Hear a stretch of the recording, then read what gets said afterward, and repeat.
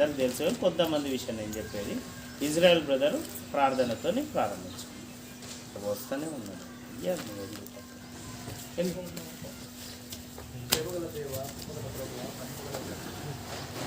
శ్రేష్టమైన ఉన్నతమైన పరిశుద్ధమైన యొక్క పాదములకు వందనములు స్తోత్రములు కృతజ్ఞతాస్తుతులు అయ్యా. ఇక 3 రోజులు సమాజకుడి ద్వారా సంఘమంతా ప్రభావ ఇంకా దాసుల కుటుంబంలో ప్రభావ దాసులు నిలబెట్టుకుని ప్రభావ అయ్యా, ఇక పిల్లలందరి కోరికలు కష్టలకు జాబులు సహాయం చేసి అయ్యా, ఈ కుమారుడు చెప్పిన సాక్ష్యం కూడా దీవించి ఆశీర్వదించి మహిమకరంలాగా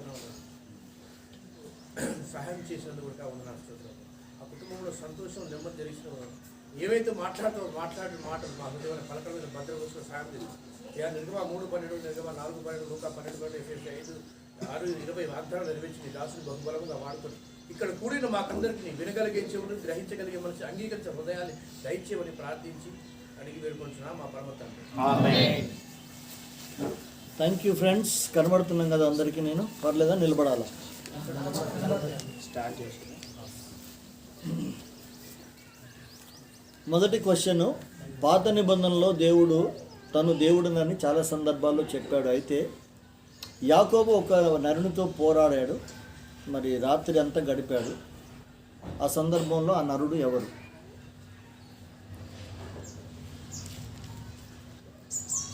నరుడు అనుందా, దేవుడు అనుందా?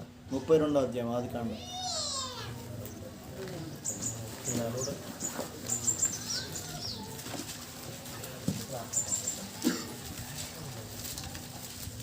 నీవు దేవునితో పోరాడి గెలిచితివి కనుక ఇక మీదట నీ పేరు ఇశ్రాయేలు.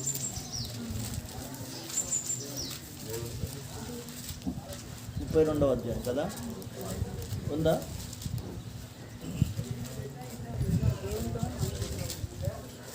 దొరికిందా వచనం? 32:28 అన్న. 32:28. దేవునితో పోరాడి గెలిచి, దేవునితో పోరాడాడు, నరునితో కాదు. అయితే నరమానవుడైన దేవునితో పోరాడాడు. నరమానవుడైన దేవుడు ఎవరు? యేసుప్రభు. ఎవరితో పోరాడాడంటే యేసుప్రభుతో పోరాడాడు. Simple answer.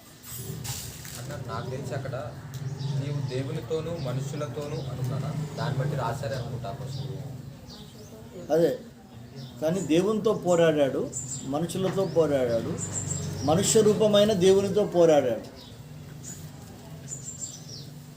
ఒక మాటలో చెప్పాలంటే పాత నిబంధనలో ఎక్కడైనా దేవుని దూత సింగులర్, దేవుని దూతలు కాకుండా దేవుని దూత అనే వర్డ్ కనబడిందంటే ఎక్కడైనా పాత నిబంధనలో, దట్ ఈస్ క్రిస్టోఫెనీ, అనగా క్రీస్తు ప్రభువారి యొక్క ప్రత్యక్షత అని జ్ఞాపకం పెట్టుకునండి. ఇక్కడ కూడా దేవుని దూత మరి ఆ రాత్రంతా కూడా ఆయనతో పోరాడింది పాత నిబంధనలో ఉన్న యేసుక్రీస్తు ప్రభువారు. అబ్రహాము కంటే ముందున్న దేవుడవు నీవు. ఆ మాటకు వస్తే ఆదిలో సృష్టి ఆది నుంచి ఉన్న దేవుడు యేసుక్రీస్తు ప్రభువారు. ఆయన జన్మ తీసుకుంది మాత్రం కేవలం క్రిస్మస్ పండుగ రోజున. అది ఏ రోజన్నా చేసుకోండి మీరు పండుగ, నో ప్రాబ్లం. ఆయన మనుష్య రూపకంగా మన మధ్యలోకి వచ్చింది మాత్రం క్రిస్మస్ పండుగ రోజున. అంతకు ముందు పాత నిబంధనలో ఆయన దేవుని దూతగా ప్రత్యక్షమయ్యాడు, దేవుని దూతగా పరిచయం అయ్యాడు, దేవుని దూతగా ఉన్నాడు. అది ఆయన రూపం, అది ఎప్పటికి కూడా. సో అది ఇక్కడ యాకోబు చూచిన వివరణ చెప్పాడు, కానీ ఇట్టే ఉంటాడు ఆయనగా చెప్పలే అక్కడ. అందులో రాత్రి పోరాటం, అది ఒక నరుడులాగా ఎవరో నాతో పోరాడాడు, దేవుడు నరుడుతో కలిసి నువ్వు పోరాటం చేశావు కాబట్టి అన్నట్టుగా మాట్లాడుతున్నాడు అక్కడ. కాబట్టి బహుశా అది యేసుక్రీస్తు ప్రభువారి యొక్క ప్రత్యక్షత. అక్కడ సింపుల్ ఈక్వేషన్, ఫైనల్ అవుట్కమ్ ఏంటంటే నన్ను దీవించి పో, నన్ను దీవించి వెళ్ళండి మీరు, అంతే అడిగాడు. అంటే పోరాటం అంటే అది ఏం పోరాటం? ఫిజికల్ పోరాటం అందామా? ఆ కోణం కూడా ఉంది దాంట్లో. ఒకవేళ ఫిజికల్ అయినా నో ప్రాబ్లం. యాకోబు చాలా గట్టివాడు. అప్పటికే దగ్గరగా యాకోబుకు 60-70 సంవత్సరాలు దాటి ఉంటాయి అనుకుంటా, లెక్క చేయలేను నేను ఎప్పుడు యాకోబు. ఆ టైంలో పోరాటం అనేది అంత తేలికైన విషయం కాదు ఫిజికల్గా మనం ఆలోచన చేస్తే. It is more of spiritual battle also. Physical బ్యాటిల్తో పాటు స్పిరిచువల్ బ్యాటిల్ కూడా వారిద్దరి మధ్యలో జరిగింది. ఇంకోటి ఏంటంటే దీవించకుండా పోవాలని దేవుడు రాలే, మళ్ళీ అది కూడా ఉంది అక్కడ. కాబట్టి ఆయన ఓడిపోవడానికే ఇష్టపడ్డాడు. అందుకనే సిలువలో మీ కొరకే నా కొరకే మరణించింది ఆయన. అది ఓటమి కాదు, ఒకలాంటి విజయం కూడా.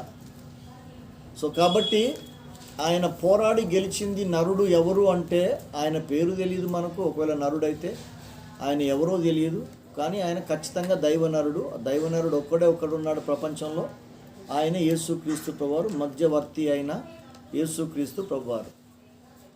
ఒకవేళ పోరాటం ఏదన్నా జరిగితే తండ్రి అయిన దేవుడు, కుమారుడైన దేవుడు, పరిశుద్ధాత్మదైన దేవుడు, త్రియేక దేవుడైనటువంటి ఆ దేవుడు దీవెనలకు ఆశీర్వాదాలకు కారకుడు. ఇంకా ఎక్కువ డీటెయిల్స్ కావాలంటే మాత్రం మీరు నన్ను మళ్ళీ కలవచ్చు. మీకు ఏదైనా డిస్కషన్ ఉంటే కూడా తర్వాత మళ్ళీ చేయొచ్చు, ఎందుకంటే మన టైం సరిపోదు, చాలా ప్రశ్నలు ఉన్నాయి ఇంకా. సో హోప్ అందరికీ అర్థమైంటుంది అనుకుంటాను ఈ ప్రశ్నకు సమాధానం. ఒకవేళ ఈ ప్రశ్న రాసిన వారు ఇంకేదన్నా నాకు ఇంకొద్దిగా డౌట్ ఉందన్న అంటే మీరు వ్యక్తిగతంగా నన్ను కలవచ్చు. యవ్వన జీవితంలో మనల్ని మనం ఎలా సెల్ఫ్ కంట్రోల్ చేసుకోవాలి, రక్షణలో ఎలా సిద్ధపడాలి అని రాశారు. మరి స్థిరపడాలా సిద్ధపడాలో అర్థం కాలేదు నాకు. సరే, యవ్వన జీవితంలో వచ్చే శోధనలు ఎలా సెల్ఫ్ కంట్రోల్ చేసుకోవాలి, సిస్టమాటిక్ లైఫ్ అలవాటు చేసుకోవాలి. సింపుల్.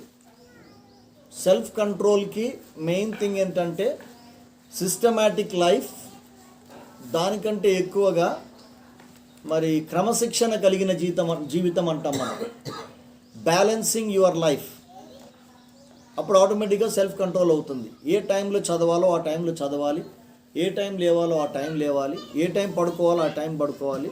దేనికి దానికి ఇచ్చి నీ టైం మేనేజ్మెంట్ చేసుకోవాలి. సెల్ఫ్ కంట్రోల్కి మూలం ఏది అంటే టైం మేనేజ్మెంట్. బాత్రూంలో అర్ధగంట సేపు ఉండొద్దు. బాత్రూంలో ఎంతసేపు ఉంటావు అంతసేపే. ఎప్పుడు వెళ్ళాలి, ఎప్పుడు రావాలి, ఎప్పుడు ఏం చేయాలి అనేది ఇంటి వాళ్ళందరికీ అవకాశం ఇవ్వాలి, ఇవన్నీ ఉంటాయి. So you start controlling your self. ప్రతి దాంట్లో కూడా ఎంత తినాలి, కంట్రోల్ యువర్ సెల్ఫ్. అది ఆటోమేటిక్గా నువ్వు చేయగలుగుతావు. ఎప్పుడు అంటే సిస్టమాటిక్ లైఫ్ నీకు అలవాటు అయినప్పుడు. నువ్వు తిరుగుబోతు పోయి 24 గంటలు బజార్లు పట్టుకొని తిరిగేవాడు పోయి నేను సెల్ఫ్ కంట్రోల్ అంటే నీ వల్ల కాదండి. నీకు ఒక సిస్టమాటిక్ లైఫ్ ఉండాలా. మార్నింగ్ ఈ టైంకి లేవాలి, ఈ టైంకి నేను చదువుకోవాలి, ఈ టైంకి నేను ఆడుకోవాలి, ఇంత టైం నేను ఆడుకోవాలి, ఇంత టైం నేను ఇది చేయాలి, అది చేయాలి. You have to manage your time. Simple equation ఏంటంటే యూ మేనేజ్ యువర్ టైం, ఆటోమేటిక్గా సెల్ఫ్ కంట్రోల్ అయిపోతుంది అది. ఆ తర్వాత అట్రాక్షన్స్ అనేవి యవ్వన ప్రాయంలో ఉంటాయి, వాటిని ఎవరు ఏం చేయలేరు. ఆ అట్రాక్షన్స్ జరుగుతూ ఉన్నప్పుడు, అవి నిన్ను లాగుతూ ఉన్నప్పుడు బెస్ట్ థింగ్ ఏంటంటే అవాయిడ్ దోస్ ప్లేసెస్. నీకు మందు తాగే అలవాటు ఉంటే don't go towards that shops. ఆ తాగే ఫ్రెండ్స్ని పూర్తిగా అవాయిడ్ చేసేయండి, అంతే సింపుల్. ఇక నేను దాన్ని కూడా కంట్రోల్ చేసుకోవాలంటే ఇక నిన్ను కూడా కంట్రోల్ చేయలేడు. మళ్ళీ నేను చెప్పేది పూర్తిగా దాన్ని మానేయమని చెప్పట్లేదు నిన్ను, కానీ నేనేమంటానంటే ఆ ప్లేసెస్ నువ్వు మానే ఆటోమేటిక్గా మానేస్తావు అన్నీ anything for that matter. A friends ద్వారా అయితే నీకు ఫలాని అలవాటు వచ్చిందో ఆ ఫ్రెండ్స్ని అవాయిడ్ చేయండి. ఎక్కడైతే నీ టైం మేనేజ్మెంట్ చేయలేక ఓవర్ టైం దానికి ఇస్తున్నావో దాన్ని అవాయిడ్ చేయండి. క్రికెట్కు నేను ఒక 6 గంటలు 8 గంటలు ఇస్తాను అంటే మరి మిగతావి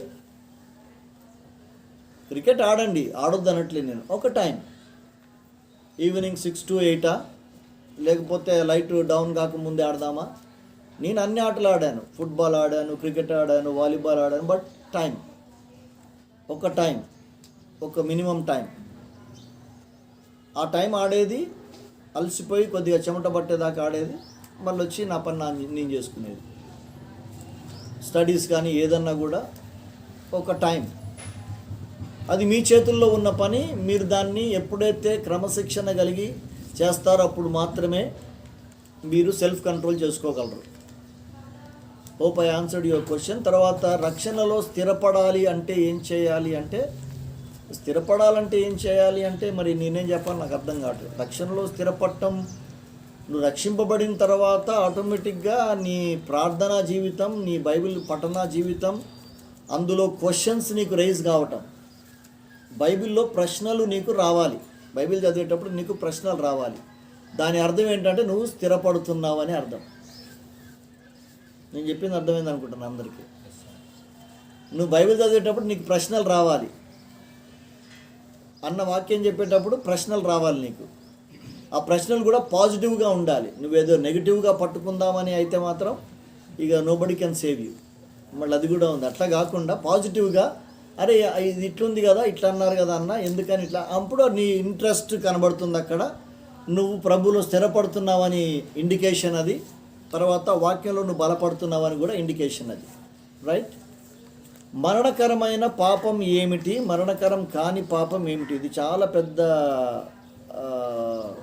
సబ్జెక్ట్. ఇది వివరించడానికి చాలా టైం పడుతుంది.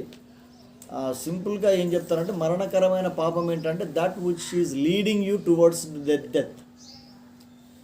మరణకరమైన పాపం అంటే ఏంటి అంటే రక్షింపబడని జీవితం, రక్షింపబడినట్టుగా నటించేవారి జీవితం. You are continuing in sin. కాబట్టి అది నిన్ను మరణానికి తీసుకొని పోతుంది. అది కూడా రెండవ మరణం కూడా, మళ్ళీ మామూలు మరణం కాకుండా రెండవ మరణం కూడా. దీంట్లో రెండో భాగం ఏంటంటే, రక్షింపబడిన విశ్వాసి ఒకవేళ దేవునికి అవమానకరంగా జీవిస్తూ ఉంటే దేవుడు నిన్ను ఉంచడు. నువ్వు నిజంగా రక్షింపబడిన వాడవైతే అది కూడా మరణకరమైన పాపం అని అంటారు చాలామంది. నువ్వు రక్షింపబడిన వాడవై ఇంకా if you are trying to continue in sin, then the death will face you soon. తర్వాత సామెతల గ్రంథంలో కూడా ఉంది కదా మాట, సామెతల్లోనేనా ఏమనుంది అక్కడ, అధికముగా దుర్మార్గ పనులు చేసి నీ కాలం కంటే ముందే ఎందుకు నువ్వు వస్తావు? నీకున్న టైంలో బతకరాదు, ముందే చావాలని ఎందుకు కోరుకుంటావు అంటాడు. So those versus will lead to that. మరణకరమైన పాపం. మరణకరం కాని పాపం ఏది అంటే ప్రభు కృప చూపించటం నీ ఎడల, నీ పాప జీవితం మీద దేవుడు కృప చూపించటం. మరణకరం కాని పాపం అంటే మరణం రాదు, but you lose lot of your gifts. దేవుని సన్నిధిలో మనం సంపాదించుకోవాల్సిన బహుమతులు చాలా కోల్పోతాం. వెంకటాద్రిపాలెంకి నేను వచ్చినప్పుడు దాని గురించి చాలా ఒక రోజంతా బైబిల్ స్టడీలో చెప్పాను, లేక నైట్ మీటింగ్లో చెప్పాను. బీమా సీట్ గురించి చెప్పాను. అక్కడ ఏం వస్తాయి మనకు, ఎలా వస్తాయి అనేది మొత్తం డీటెయిల్స్ ఇచ్చాను. ఆ డీటెయిల్స్ స్టడీకి సంబంధించిన చార్ట్ కూడా ఒకటి ఇచ్చాను. చరణ్ దగ్గర ఉంది, అది మీ దగ్గర ఒక దగ్గర ఉంటే మిగతా వాళ్ళకి షేర్ చేసుకోండి. అదొకసారి యూట్యూబ్ లింక్ కూడా ఉంది. నేను చెప్పిన మెసేజ్, ఆ రోజు చెప్పిన మెసేజ్, అది నేను ఇచ్చిన షీట్ 2 మీరు ఫాలో అవుతే పూర్తి డీటెయిల్స్ మీకు వస్తాయి. అందులో మరణకరం కాని పాపం మీద మీకు అర్థమవుతుంది. బ్రదర్ ఎవరు ప్రార్థన చేయమని పెట్టారు, ప్రార్థన చేస్తా బ్రదర్ మీకోసం. మా లక్ష్యం చేరుకోవడం చాలా కష్టంగా ఉంది అన్న. ఎందుకు? నిర్లక్ష్యం కారణం దీనికి. నీ లక్ష్యం అసలు నీకేం లక్ష్యం ఉంది? అమ్మాయిని పటాయించాలా? ఏంది నా లక్ష్యం అంటే ఏంది లక్ష్యం నాకు అర్థం కావట్లేదు. అమ్మాయి రాసి ఉంది, అబ్బాయి రాసి ఉంది, వయసు వరుస. ఏంటి నీ లక్ష్యం ఏంటో నాకు తెలియాలి, అప్పుడు నేను మాట్లాడతాను నీకు. ఎందుకు చేరుకోలేకపోతున్నావు, అసలు ఏమైతా ఉంది నీకు అనేది నువ్వు చెప్పాలి. పూర్తి డీటెయిల్ చెప్తే తప్ప దీనికి నేను ఆన్సర్ చేయలేను. కానీ అలక్ష్యం మాత్రం చేయబాకు. దీన్ని ఎంత తొందరగా క్లారిఫై చేసుకుంటే అంత మంచిది. In Christian life love marriage అంటే నాకు అర్థం, ప్రశ్న కొద్దిగా క్లియర్గా లేదు కానీ నాకు అర్థమైంది ఏంటంటే, క్రైస్తవులు లవ్ మ్యారేజ్ చేసుకోవచ్చా లేదా? బ్రహ్మాండంగా చేసుకోవచ్చు, లవ్ మ్యారేజ్ చేసుకోవచ్చు. ఏం డౌటా? చేసుకోవచ్చు, లవ్ మ్యారేజ్ చేసుకోవచ్చు. మీ అమ్మ నాన్నకు కూడా చెప్పాలి. అది పిరికి పందలు చేసుకోకూడదు లవ్ మ్యారేజ్. ఎందుకంటే నువ్వు లవ్ మ్యారేజ్ చేసుకుంటే మరి ఎవరు సపోర్ట్కి రారు, ఎందుకంటే మన కల్చర్లో అది లేదు కాబట్టి. మన కల్చర్లో మన వరల్డ్లో అది లేదు కాబట్టి లవ్ మ్యారేజ్కి ఎవరు సపోర్ట్ చేయరు కాబట్టి parents won't agree for that. ఎక్కువ శాతం పేరెంట్స్ ఒప్పుకోరు దానికి. అది పరువు తక్కువ వ్యవహారం అని కూడా సమాజంలో అలాంటి పేరుంది లవ్ మ్యారేజ్కి, కాబట్టి పేరెంట్స్ ఒప్పుకోరు దానికి. కాబట్టి నువ్వు కూడా లవ్ మ్యారేజ్ కూడా ఎప్పుడు చేసుకోవాలి అంటే ఉద్యోగం వచ్చిన తర్వాతనే లవ్ మ్యారేజ్కి పోండి. అప్పుడు అమ్మ నాన్న సపోర్ట్ ఉన్నా లేకున్నా నీకు ఉద్యోగం ఉంది కదా, కనీసం బతుకుతావు. ఎందుకంటే రేపటి రోజున వాడు లవ్ చేసినోడు ఇంకో దాన్ని లవ్ చేస్తే, ఈ లవ్ చేసిన పోరు కూడా ఇంకొకరిని లవ్ చేస్తే రేపు పెళ్ళి అయిన తర్వాత మస్తు జరుగుతున్నాయి అట్లా. ఎన్ని చూపించాలా మీకు అంటే ఆ క్యారెక్టర్ ఉన్నోళ్ళు దాంట్లో జీవిస్తూ ఉంటారు. ఇక అది వాళ్ళ బేసిక్ క్యారెక్టర్ అన్నమాట. ఆ లవ్లో పడుతున్నాము అంటే చూసుకొని అట్రాక్షన్లు అటు ఇటు చూసుకోవటం, కాకులు చూసినట్టు అటు ఇటు చూడటం అది వేరు. భయపడుకుంటే ఎందుకు ఆ భయపడే లైఫ్ చేస్తే ధైర్యంగా చేయండి. ఓకే నవ్ ఆమె జాబ్ హోల్డర్, లేకపోతే నేను నా లక్ష్యం చేరుకున్నాను, అలక్ష్యం చేయకుండా ఇప్పుడు నేను నవ్ ఐఎమ్ ఎలిజిబుల్ నవ్. అప్పుడు మీరు then you can think of your partner, life partner. ఇప్పుడు ఎందుకు మీకు? ఇప్పుడు చేసుకుంటే మీ ఏజ్ ఎంత? ఇంకోటి ఏంటంటే ఒక్కసారి పెళ్లి చేసుకున్నామంటే జైల్లో పడ్డట్టు నువ్వు. అమ్మాయిలైనా అబ్బాయిలైనా ఈక్వల్ అమ్మా, తమ్ముళ్ళు ఈక్వల్. అమ్మాయిలకే జైలు మాకేముందన్న అనుకుంటున్నావు, కానీ నేను ఇంచి కదలని చర్యను అడగని చెప్తాను.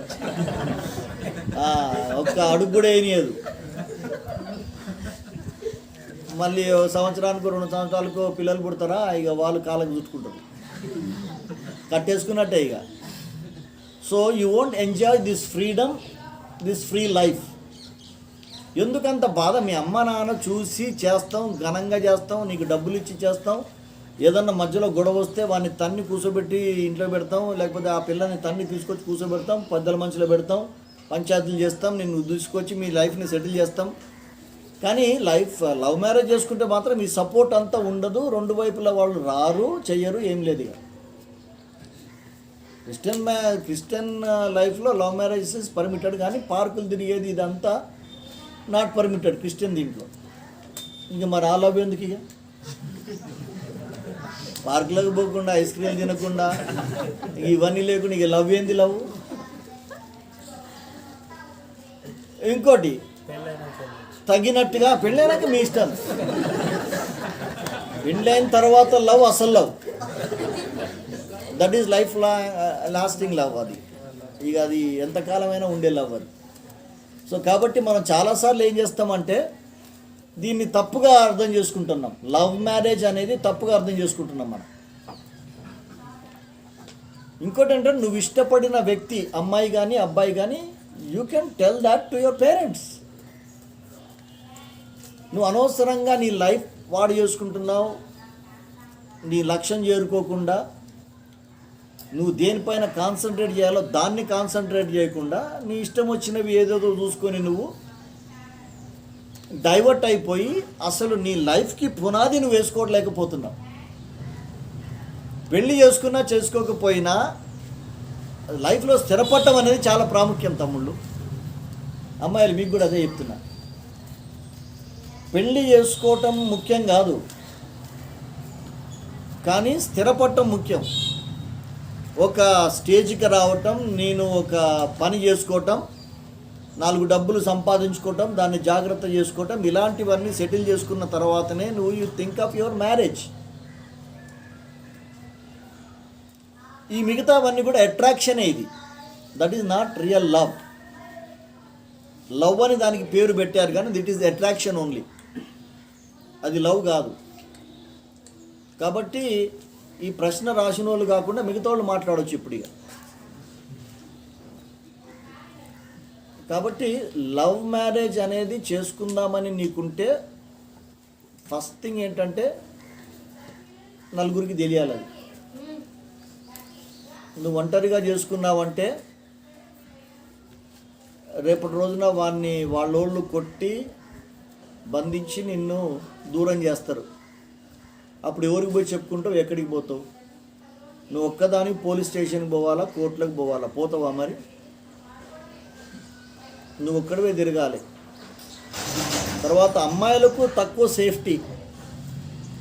అంటే ఒకసారి పెండ్లైంది లేకపోతే లేచిపోయింది అన్న పేరు పడ్డది అంటే ఇక లైఫ్లో మళ్ళీ ఇక మీరు కోలుకోరు ఆ దెబ్బకి. అసలు ఆ జోలికి పోకపోతే మంచిది, మీకు క్షేమం. అమ్మాయిలందరికీ కూడా ఆ జోలికి పోకపోతే మంచిది. ఇంకోటి ఏంటంటే నీ క్యారెక్టర్ చర్చిలు అందరూ కూడా చూస్తూ ఉంటారు,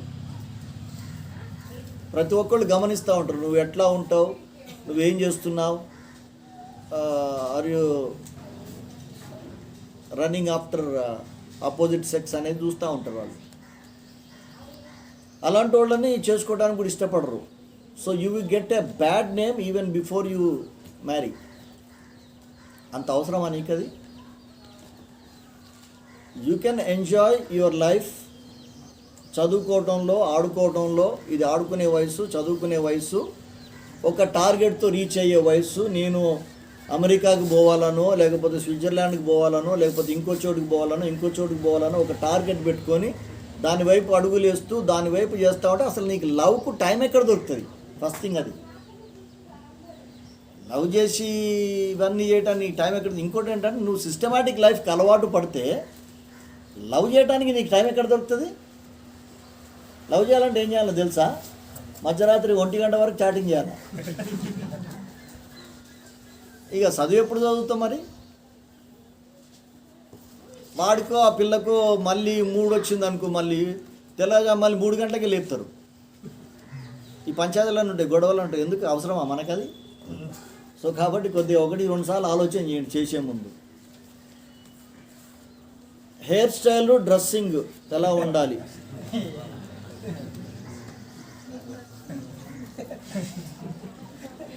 మోడస్టీగా ఉండాలి,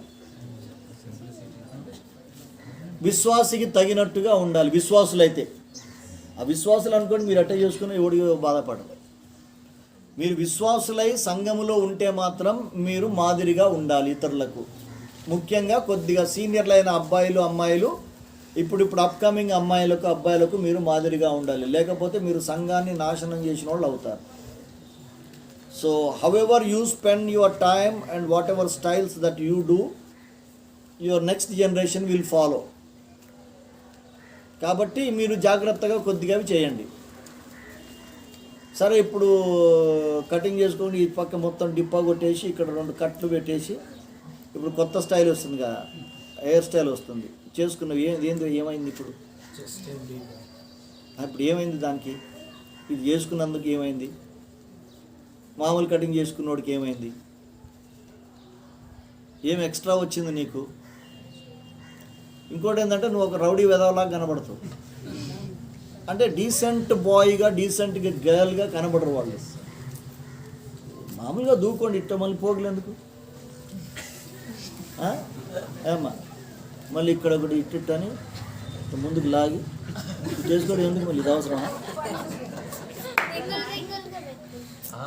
రింగులు పెట్టుకుంటారా? వాడు కూడా చూసాడు చూడండి. అంటే నేనేమంటున్నా అంటే దట్ షోస్ యువర్ క్యారెక్టర్, అంతేం లేదు. తప్పేం లేదు దాంట్లో, తప్పు కాదు, సిన్ను కూడా కాదు అది. ఓకే, నువ్వెంత అంటే ఎంత బ్యాలెన్స్డ్ పర్సన్వో దాన్ని బట్టి నేను క్యాలిక్యులేట్ చేయొచ్చు మేము. వీడు కొద్దిగా దుబారా గాడరా, చిల్లర గాడరా వీడు. ప్లస్ ఇంకోటి ఏంటంటే తల్లిదండ్రులు మెచ్చనివి నచ్చనివి ఏ తల్లిదండ్రులు ఒప్పుకోరు. అది నువ్వు అట్లా చేసుకొని వస్తే ఏ తల్లిదండ్రులు ఒప్పుకోరు. ఇంకోటి ఏంది, దానికి 400 రూపాయలు కటింగ్కే.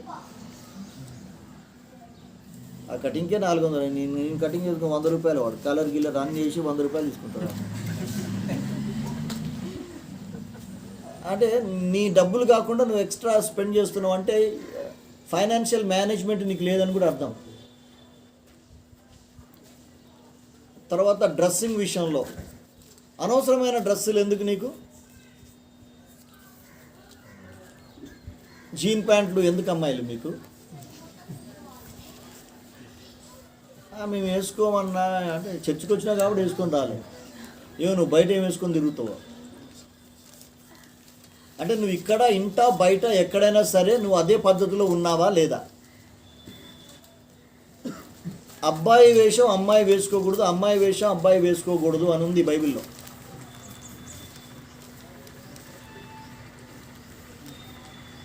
అమ్మాయిలకు ఉన్నన్ని వెరైటీస్ ఎవ్వరికి లేవు, అన్ని వెరైటీ డ్రెస్సులు ఉన్నాయి. మీ అందాన్ని మంచిగా చిత్రీకరించడానికి మంచి డ్రెస్సింగ్ ఉంది మీకు. మీరు అభ్యంతరకరంగా మిమ్మల్ని మార్చే డ్రెస్సింగ్లు కూడా ఉన్నాయి. Why do want to show?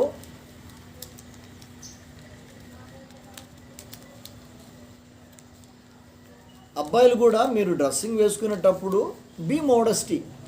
ముఖ్యంగా క్రిస్టియన్ బాయ్స్ మోడెస్టీగా ఉండాలి. మనం ఒక 3 గుండీలు ఈడదాకా ఇప్పి తిరగటం అంత శ్రేయస్కరం కాదు. తప్పేం కాదు అది, కానీ నువ్వు ఒక అవారాగాన్లా కనబడతావు, లేకపోతే నీకు అంత వాల్యూ ఉండదు. నేను సింపుల్గా ఇదే చెప్తా, మీ ప్రిన్సిపల్ సార్ దగ్గరికి 3 గుండీలు ఇప్పిపోతావా? లేకపోతే నువ్వే ఒక టీచర్ అవుతావు రేపటి రోజున, ఇట్లా గుండీలు ఇప్పి కూర్చుంటావా? ఈ తాగుబోతు సరే ఆడ నుంచి వచ్చి కదా. అంటే సమాజం యాక్సెప్ట్ చేసే ఒక డీసెన్సీ ఉంది. దానికి తగినట్లుగా మనం డ్రెస్సింగ్ చేసుకోవటం, ఉందాతనంగా కనబడటం, మంచి ఇదిలో కనబడటం గుడ్. ఇప్పుడు బెల్బాటం మళ్ళీ వేసుకున్నా ఎవడేం అడగడు నిన్ను, ఎబ్బెట్టుగా ఉండకుండా. మరి స్కిన్ టైట్లు వేస్తున్నారు అమ్మాయిలు, ఎందుకో? Even I'm objectionable even to the leggings that you wear. ఎందుకమ్మా అంత అవసరమా? చక్కగా నువ్వు కనబడే ఇది ఉంటే చాలు కదా నీకు. నువ్వు మంచిగా కనబడితే మంచిది కదా. ఎదుటివాడిని రెచ్చగొట్టేటట్టుగా నువ్వు ఎందుకు కనబడాలి అనుకుంటున్నావు నాకు అర్థం కావట్లేదు. అది నీ జీవితంలో ఒకరికి సంబంధించింది కదా, నువ్వు వేరే వాళ్ళకి ఎందుకు ఇవ్వాలనుకుంటున్నావు దాన్ని? అందరికీ వినోదం పంచటం ఎందుకు? సో నీ డ్రెస్సింగ్ విషయంలో నువ్వు కొద్దిగా జాగ్రత్తగా ఉంటే మంచిది. మీరు గడ్డాలు పెంచుకున్న మీసాలు పెంచుకున్న అబ్బాయిలు బీ మోడెస్టీ. సింపుల్గా అదే చెప్తాను నేను. కొద్దిగా మీకు సూట్ అయ్యేటట్టుగా చేసుకోవటం మంచిది, నో ప్రాబ్లం. ఫేషియల్స్ గీషియల్స్ చేసుకోవటం కూడా అవసరమైతే చేసుకోండి, లేకపోతే లేదు. అంత అవసరమా కొన్నిసార్లు అనిపిస్తుంది నాకు. ఉన్న ముఖాన్ని జడగొట్టుకొని వస్తారు. ఇక పెళ్ళిళ్ళు అయితే చెప్పనే వద్దు. ఇక పెళ్ళికి రకరకాలైన డెకరేషన్లు రకరకాలైనవి చేసుకొని వస్తారు. అసలు అమ్మాయికి ఉండే ఒరిజినల్ అందం పోయి వికారంగా ఉంటుంది పెళ్ళిళ్ళ. దానివల్ల ఏ బెనిఫిట్ నేను చూడలే. చక్కగా ముఖం సబ్బెట్టి కడుక్కొని ఇంత పౌడర్ వేసుకొని వస్తే సరిపోదు, హాయిగా ఉంటుంది. నువ్వు గంటల తరబడి టైం నీ మేకప్కి వేస్ట్ చేస్తున్నావంటే you are not maintaining your time, you are not managing your time అని కూడా అర్థం. సో దానికి అవకాశం ఇవ్వబాకండి. అదంత క్షేమం కాదు, అది మీకు అంత మంచిది కూడా కాదు. ఓకే, ఎవరైనా ఏదైనా వాదిస్తే వాదించవచ్చు దాని మీద. మూవీస్ చూడొచ్చా? అందులో ఇంగ్లీష్ మూవీస్ చూడొచ్చా? బ్రహ్మాండంగా చూడొచ్చు. ఇంగ్లీష్ మూవీస్ ఇంకా బాగా చూడొచ్చు. ఇంగ్లీష్ మూవీస్ అందులో ఇంగ్లీష్ మూవీస్ చూడొచ్చు, బ్రహ్మాండంగా చూడొచ్చు. గ్రామర్ చెప్తాడు ఇక్కడ సారుండు, మార్కండేయ సారుండు. ఇక్కడ మార్కండేయ సార్ దగ్గరికి పోతే కూర్చోబెట్టి రోజుకు ఒక అర్ధగంట సార్ ట్యూషన్ చెప్తాడు నీకు. 6 నెలల్లో బ్రహ్మాండంగా ఇంగ్లీష్ మాట్లాడవచ్చు. ఇంగ్లీష్ మూవీ చూస్తేనే నీకు వస్తుందంటే నేను నమ్మను అది. ప్లస్ ఆ ఇంగ్లీష్ మూవీలో ఒక్కటి కూడా నీకు అర్థం కాదు. అసలు ఆ స్లాంగ్ అవసరం కూడా లేదు మనకి. వాడు మాట్లాడేది వాడికి నాలుక తిరిగి మాట్లాడతాడు. వాడికి నాలుక మందం. మన ఇంగ్లీష్ క్లియర్గా క్లారిటీగా అసలు మన నాలుక ఎంత చక్కగా తిరుగుతుందో. ఇంగ్లీష్ కరెక్ట్గా మాట్లాడేదంటే మనోడే. హర్ష బోగ్లేకి ఉన్నటువంటి కమెంటేటర్ ఉన్నాడు కదా, హర్ష బోగ్లే, వాడికి ఉన్నటువంటి క్రేజ్ ఎవరికి లేదు మరి ప్రపంచంలో. ది బెస్ట్ కామెంటేటర్ వాడు. వాడి లాంగ్వేజ్ కానీ వాడి స్పీడ్ కానీ అది కానీ ఇది కానీ.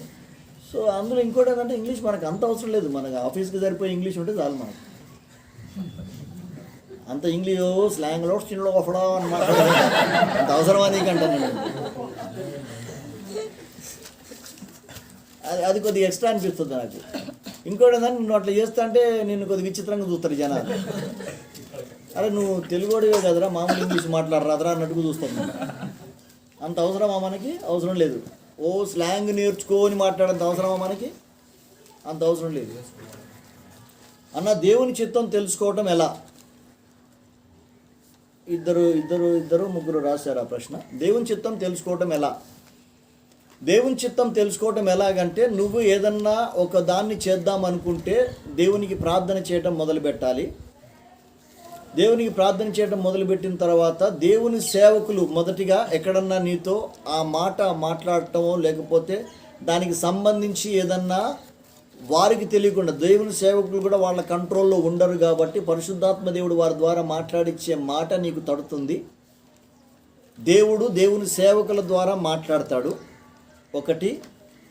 రెండవది, చిత్తం తెలుసుకోవడంలో రెండవ భాగం ఏంటంటే, నీ చుట్టుపక్కల ఉన్న వాతావరణ పరిస్థితులన్నీ కూడా పాజిటివ్గా ఉంటాయి.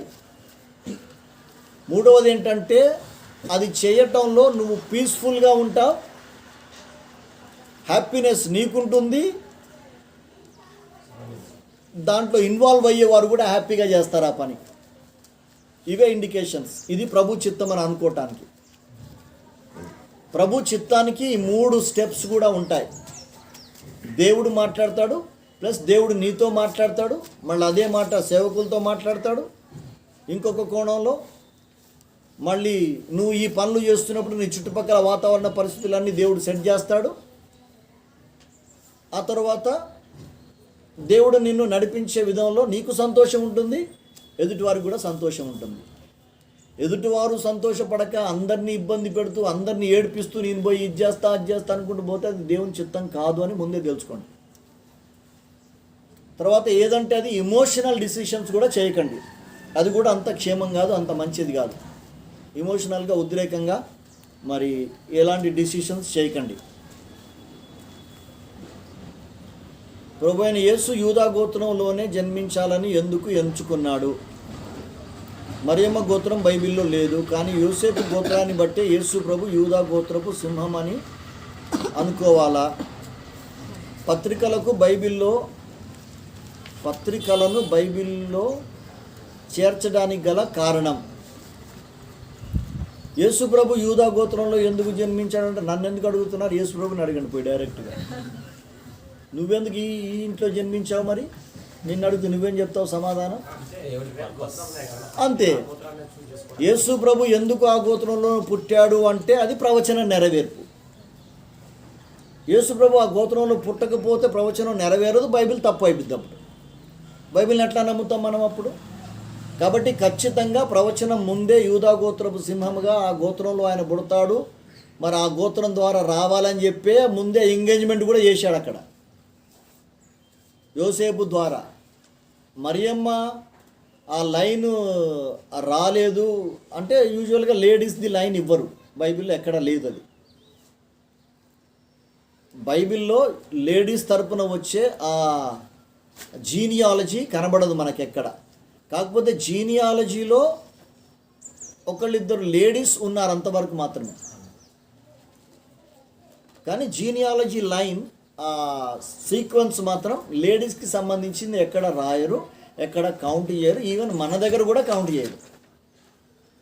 మీరు పెళ్లి చేసుకున్న తర్వాత మీ ఆయన ఇంటి పేరు మీకు వస్తుంది, అమ్మాయిలకు వాళ్ళ ఇంటి పేరుతో పోతుంది మళ్ళీ జీనియాలజీ. మీ తరపున జీనియాలజీ, అమ్మాయి తరపున జీనియాలజీ ఎక్కడ కంటిన్యూ కాదు.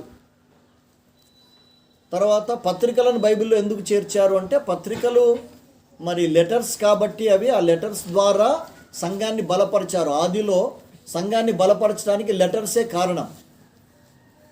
వాళ్ళను సంఘాన్ని బలపరచడానికి ఇప్పుడు హాలియా సంఘం ఉంది. నేను అటు కొత్తగూడెం, భద్రాచలం ఆ సంఘాలకు పోవాలి, ప్రతిసారి రావడానికి నాకు కుదరదు. కాబట్టి నేనేం చేస్తానంటే, చెర్రీ నువ్వు ఉన్నావు కదా ఇక్కడ నా దగ్గర, ఈ లెటర్ తీసుకొని పో చెర్రీ, హాలియాలో ఇవ్వు. నేనేదో హాలియా వాళ్ళ చర్చిలో ఏదో ప్రాబ్లం వచ్చిందంట, ఆ ప్రాబ్లంకి సంబంధించిన జవాబు ఇగో ఇట్లనే ప్రశ్నలు వచ్చాయి నాకు, ఇగో జవాబు ఇస్తున్నాను, జవాబు రాసి చెర్రీతో పంపించా లెటరు. అది దేనికి సంబంధించి? చర్చికి సంబంధించి, ఇక్కడ పరిచర్యకు సంబంధించిన ప్రాబ్లమ్ను సాల్వ్ చేయటానికి ఎలా చేసుకోవాలో దాన్ని వివరం రాసి పంపించా. కాబట్టి ఆ పత్రికలన్నీ బైబిల్లో పెట్టడం ద్వారా ఈ రోజుల్లో సంఘాలు ఎలా ఉండాలి, పరిచర్య ధర్మం ఎలా జరగాలి, the whole council of God ఎలా జరగాలి అనేది అందులో మనకు కనబడుతుంది. కాబట్టి పత్రికలు కంపల్సరీగా బైబిల్లో ఉంటే అది మనకు క్షేమం, అది మనకు మాదిరి. సంఘాలలో విశ్వాసులు, సంఘాలలో పెద్దలు, సంఘాల్లో డీకన్స్, సంఘంలో పరిచారకులు వీళ్ళందరూ ఎలా ప్రవర్తించాలో తెలియాలి అంటే పత్రికలు కావాలి మనకు. సో పత్రికలు ఇంకా చాలా ఉన్నాయి, అన్ని బైబిల్లోకి రాలే. మళ్ళీ ప్రామాణికకు సంబంధించిన కొన్ని మాత్రమే బైబిల్లో నుంచి మనకు వచ్చాయి. ఇంకా చాలా పత్రికలు మిస్ అయ్యాయి. కొరింథీ పత్రికలు మొత్తం 4 రాశాడు పౌలు. మనకెన్ని ఉన్నాయి? 2 కనబడతాయి మనకి. నేను ఇంతకు ముందు మీకు పత్రికలో రాసి తిని అంటాడు. ఆ తర్వాత ఇంతకు ముందు నేను రాసిన లెటర్, నేను దుఃఖముతో మీకు ఉత్తరం రాసింది, దే ఆర్ మిస్సింగ్. సరే, బైబిల్ గ్రంథంలో ఆ 2 మళ్ళీ కనబడతాయి అనుకోండి. గ్రంథకర్తలు కొద్దిగా వాటిని సపరేట్ చేసి కొద్దిగా ఈక్వేషన్ వేసి చేసి చెప్పారు. కానీ బేసికల్గా ఇంకా అలాంటి పత్రికలు చాలా ఉన్నాయి, కానీ అవన్నీ రాలేదన్నమాట. మ్యారేజ్కి సంబంధించి కొన్ని క్వాలిటీస్ మీరు మాట్లాడారు బ్రదర్ మార్నింగ్ మెసేజ్లో. అందులో సోషల్ స్టేటస్ అన్నారు, క్యాస్ట్కి ప్రయారిటీ ఇవ్వాలి అని అర్థమా అనుకుంటా. ఇది కాస్ట్కి ప్రిఫరెన్స్ ఇవ్వాలా వద్దా? క్రీస్తుల రక్తంలో కడగబడిన వాళ్ళే హై క్యాస్ట్. మరి బాపునోడు మామూలు నన్ను చేసుకున్నాను అనుకో, ఒడ్డరోని చేసుకున్నాను అనుకో, లేకపోతే ఇంకోడని చేసుకున్నాను అనుకో, వాళ్ళ కల్చర్కి వీళ్ళ కల్చర్కి తేడా ఉంటుంది. Way of living.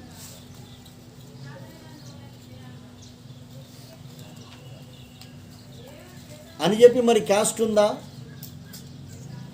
అంటే ఖచ్చితంగా కాస్ట్కి మనం ప్రయారిటీ ఇవ్వట్లేదు.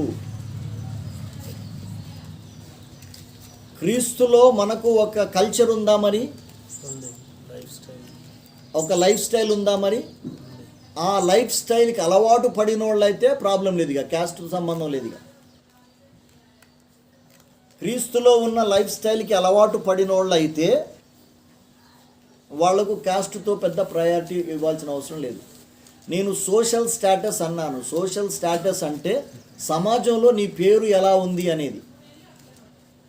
సమాజంలో నీకు, నీ కుటుంబానికి, మీ కుటుంబాల వారికి, నువ్వు ఏ ఫ్యామిలీ నుంచి అయితే వివాహం చేసుకోబోతున్నావో అబ్బాయి తరపున అమ్మాయి తరపున వాళ్ళు ఆ ఫ్యామిలీ సోషల్ స్టేటస్ చూసుకోవాలి. అది నేను అన్నది క్యాస్టే కాదు. అక్కడ క్యాస్ట్కి ప్రిఫరెన్స్ ఇవ్వాల్సిన అవసరం మనం లేదు. నేను పెళ్లి చేసుకున్నప్పుడు కాస్ట్ కాదు కదా, డౌరీ కాదు కదా, అసలు ఏం మాట్లాడుకోలే. అసలు ఇంతకు పెళ్లి ఎట్లా చేద్దామని కూడా మాట్లాడలేము. మన ఆయన మరీ ఎక్స్ట్రీమ్ మావాడైతే. ఇక దానికి ఒక తోడు ఈ అయ్యగారు తోడయ్యాడు. ఈ అయ్యగారు, ఈ శాంతికుమార్ అయ్యగారు ఇద్దరు కలిసి నా పెళ్లి గందరగోళం చేసిర్రు మొత్తాన్ని. దక్కా ముక్కి తిని ఇప్పుడు బయటపడ్డ. ఇట్లా అంటే ఎందుకంటున్నానంటే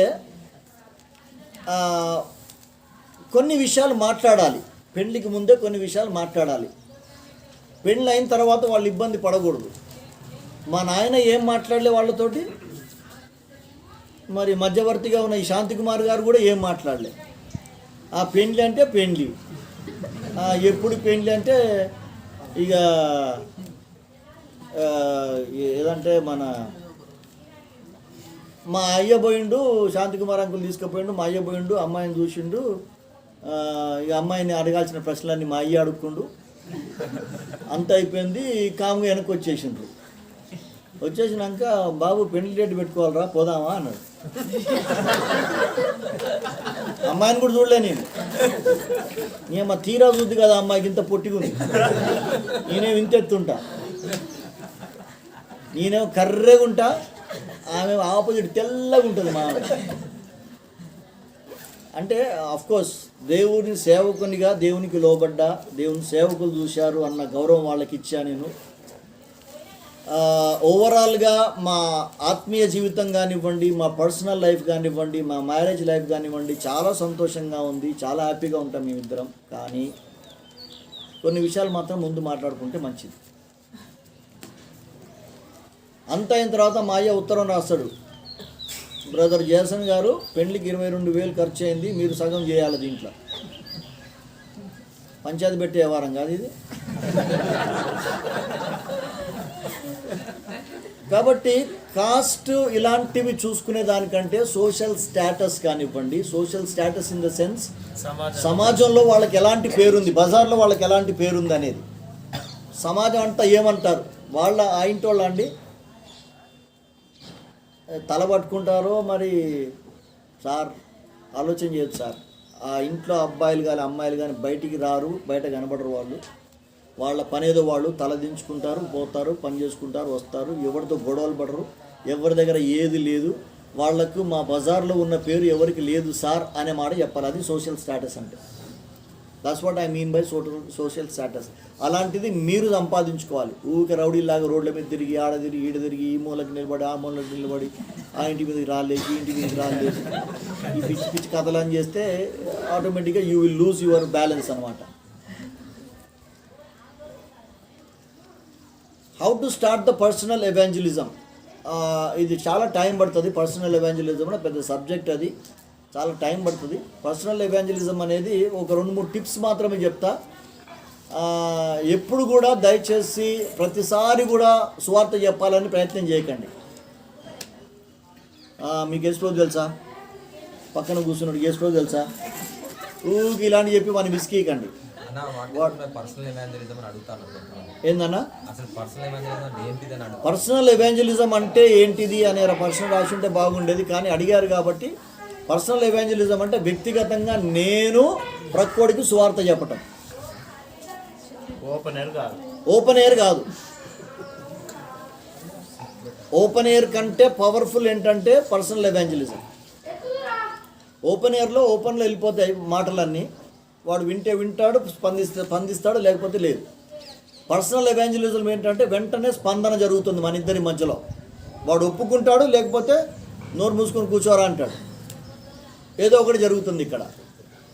తర్వాత మనం కూడా పర్సనల్ ఎవాంజలిజం చేసేటప్పుడు నేనేమంటానంటే వాళ్ళని బలవంతం చేసి ఫోర్స్ఫుల్గా వాళ్ళతో మాట్లాడేదానికంటే, మా దేవుడిట్టా మీ దేవుడిట్టా అని ఆర్గ్యుమెంట్కి తెచ్చేదానికంటే, వాళ్ళతో కూర్చున్నప్పుడు నీ ప్రవర్తన నువ్వు జాగ్రత్తగా చేస్తే ఆటోమేటిక్గా వాళ్ళే నిన్ను అడుగుతారు, సార్ మీరెవరు అని. అప్పుడు నేను యేసు ప్రభువుని నమ్ముకున్నానండి, నా జీవితంలో ఇలా జరిగిందండి, నాకు ఇలా జరిగిందని చెప్పండి. నువ్వు పాపివి, నువ్వు నమ్ముకో, నువ్వు నిలబడు, ఇప్పుడు ప్రార్థన చేయి అంటే మాత్రం వాడికి వీడేంద్ర మెటలోడినట్టున్నా. పర్సనల్ ఎవాంజలిజంలో దయచేసి ఈ టిప్ జ్ఞాపకం పెట్టుకోనండి. మీ గురించి మాట్లాడండి. నేను నమ్మిన దేవుడు, ఎందుకు నేను నమ్మానో చెప్పండి. యేసు ప్రభుని నేను ఎందుకు నమ్మానండి, నాకు యేసు ప్రభులో నచ్చింది ఇదండి, ఆయన ఒక్కడే దేవుడు అండి, ఆయన నిజమైన దేవుడు అండి, నిజమైన దేవుడు అనటానికి ఈ కారణాలండి, నేను కనుగొన్నానండి అని నీవు అనుభవించిన నీ జీవిత అనుభవాన్ని ఆయనకు చెప్పి వదిలిపెట్టండి అంతేగా. అప్పుడు తర్వాత ఆయనకి ప్రశ్న వస్తుంది, మరి నాకు అలాంటి దేవుడు లేడు కదా. అది సరి అయిన విధానం. నేను ఒకసారి హైదరాబాద్ నుంచి ఖమ్మం రావాల్సి వచ్చినప్పుడు కారులో ఎక్కాను. కారులో ఎక్కిన తర్వాత డ్రైవర్ ఉన్నాడు పక్కన, నేనున్నాను. వాడు ఖాళీగా వచ్చే కారు, అది యూజువల్గా దొరుకుతాయి కార్స్, అలా దొరుకుతుంటాయి మనకి హైదరాబాద్ నుంచి వచ్చేటప్పుడు. నేను కారులో ఎక్కాను, వాడు కారులో కూర్చున్నాడు, మేమిద్దరం ముందు కూర్చున్నాం. ఇద్దరమే ఉన్నాం కారులో, ఇంకెవరు వేరేటోళ్ళు ఎక్కలేదు. కొద్ది దూరం వచ్చిన తర్వాత ఎవరో మాట్లాడారు నాతో. నేను ఫోన్లో వాళ్ళతో మాట్లాడే విధం వీడు విన్నాడు. ఆ తర్వాత ఇంకో కొంత దూరం వచ్చిన తర్వాత, బాబు కాఫీ తాగుతావని అడిగాను. వాటి చూసిండు నాకు వెళ్ళి ఒకసారి, బాబు కాఫీ తాగుతావా నువ్వు అన్నాడు. సార్ నేను టీ తాగుతా సార్ అన్నాడు. తాపిస్తారా నేను అన్న. వాడికి ఇచ్చే ఛార్జ్ ఇవ్వగా ఎక్స్ట్రా ఖర్చు అనమాట. టీ తాపించిన. నీకు పెళ్ళైందా బాబు అని అడిగిన. సార్ అయింది సార్ అన్నాడు. పిల్లలు ఉండరా నీకు అన్న. ఒక బాబు సార్ 1 year 2 years ఏదో చెప్పాడు. అప్పుడు నేనేం చేశానంటే ఆ టీ దాగి వచ్చేటప్పుడు రిటర్న్ వచ్చేటప్పుడు ఒక బిస్కెట్ ప్యాకెట్ 2 ఫ్రూట్స్ కొనుక్కొని ఒక ప్యాకెట్లో పట్టుకొని, బాబు ఇగో నీ ఇంటికి పోయినప్పుడు నీ భార్యకి నీ పిల్లలకి నువ్వు తీసుకుపోతావో లేదు, అందుకని నేను ఇప్పిస్తాను నీకు, తీసుకుపోయి నీ భార్యకు నీ కొడుకుకే ఇవ్వాలి ఇవి అని చెప్పిన. అవి తీసుకున్నాడు, కూర్చున్నాడు. మళ్ళీ ఒక గంట ప్రయాణం ఉంది మాకు. ఒక అర్ధగంట తర్వాత, సార్ మీరు ఎవరు సార్ అని అడిగాను.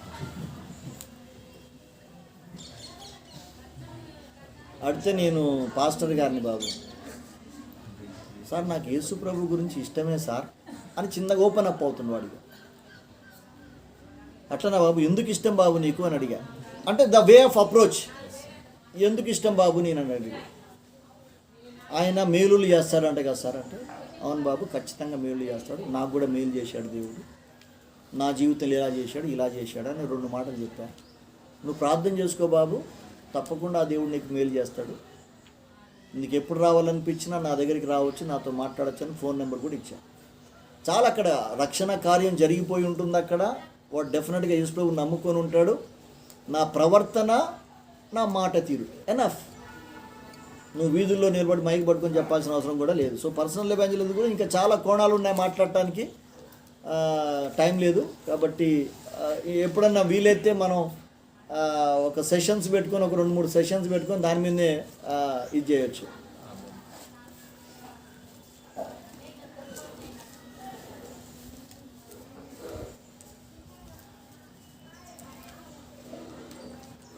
ఈ ప్రశ్న రాసిన వాళ్ళు ఎవరో నాతో డైరెక్ట్గా తర్వాత కలవండి దయచేసి. ప్రశ్న చదివితే ఈ ప్రశ్న కూడా చదవ నేను. ఆయన ప్రశ్న చదవకపోతే ఆయనకు తెలుస్తుంది ఆయన ఎవరు.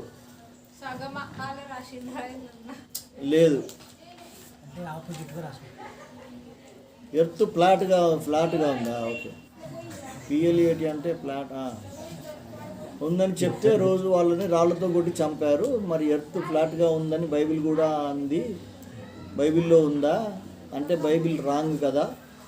బైబిల్లో లేకపోతే ఈ రోజుల్లో మత ప్రవక్త బైబిల్లో లేకపోతే ఆ రోజుల్లో మత ప్రవక్తలను ఎందుకు కొట్టి చంపారు? ప్రవక్తలను ఎందుకు చంపారంటే ఇప్పుడు అయ్యగారులను మీరు చంపట్లే.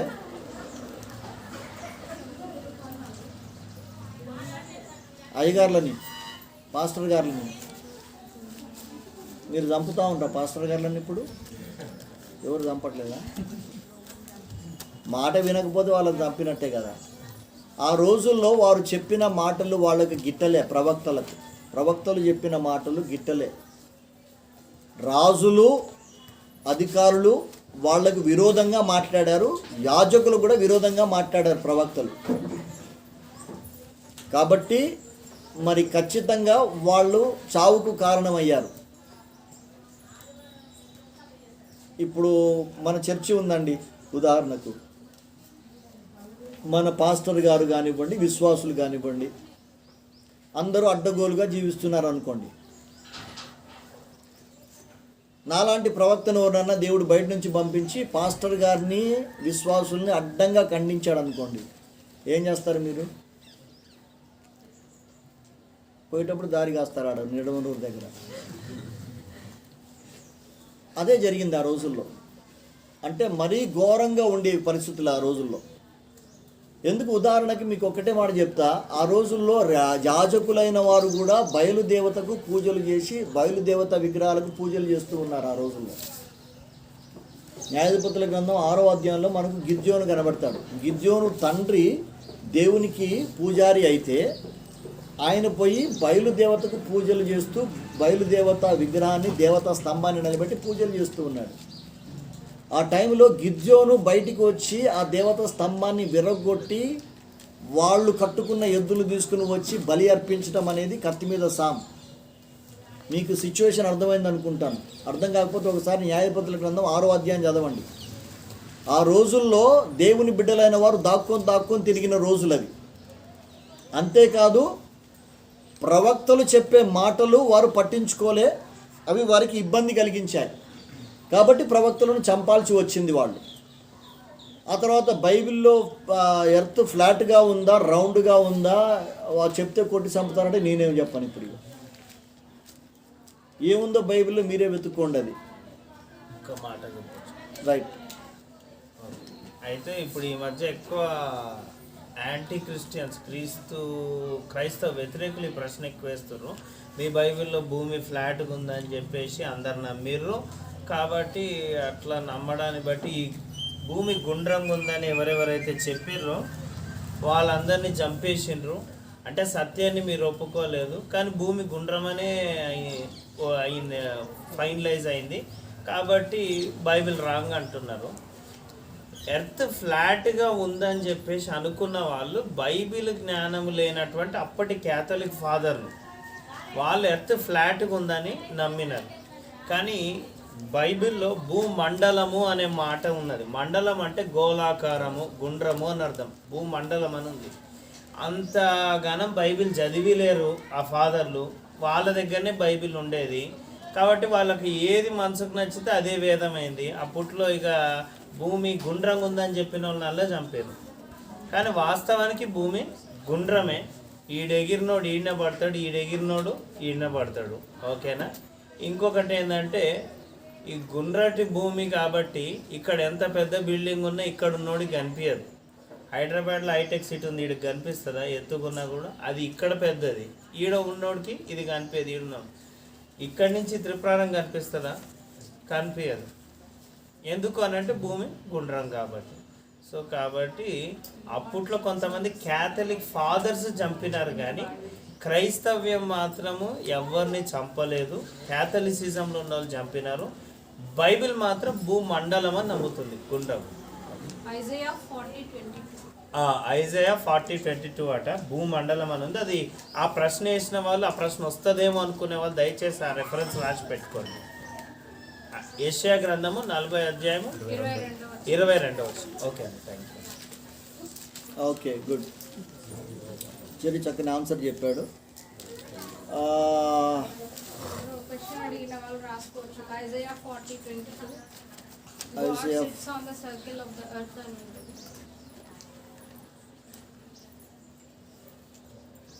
First generation Christian Isaiah 40:22. యెషయా 40:22. ఆయన భూమండలము మీద ఆసీనుడై ఉన్నాడు. ఇంగ్లీష్ బైబిల్ అయితే ఇంకా సర్కిల్ ఆఫ్ ద ఎర్త్ అని ఉంది ఇంగ్లీష్. ఓకే. ఎంత చదివినా మార్కులు ఎక్కువ రావట్లేదు. మరి ఇక్కడ ఏదో రాశారు కానీ నాకు ఆ మాట అర్థం కాదు. ఎక్కువ ఎంత చదివినా ఎక్కటం లేదంట. మార్కులు వస్తే తల్లిదండ్రులు వేస్ట్ అంటున్నారు, తక్కువ మార్కులు వస్తే తల్లిదండ్రులు వేస్ట్ అంటున్నారు. ఎక్కువ అవుతుంది, దీనికి సొల్యూషన్ చెప్పండి. మరి నువ్వు తక్కువ చదివితే వేస్ట్ అంట. మీ తల్లిదండ్రులే కదా, అందరూ వేస్టే అంటారు. నేను చదువు అనేది నీ తెలివితేటల్ని బట్టి వచ్చేది కాదు. నువ్వెంత కష్టపడితే అంత పర్సంటేజ్ సాధించవచ్చు, అంతే. చదువు అనేది నువ్వు ఎంత పర్సంటేజ్ కొట్టాలి అనుకుంటే అంత పర్సంటేజ్ సాధించే తాకత్ అందరికీ ఉంది. మొద్దులు అంటూ ఎవరు లేరు. అందరూ కనీసం ఫస్ట్ క్లాస్ మార్కులైనా సంపాదించుకోవచ్చు, నాలాంటి వాడు తప్ప.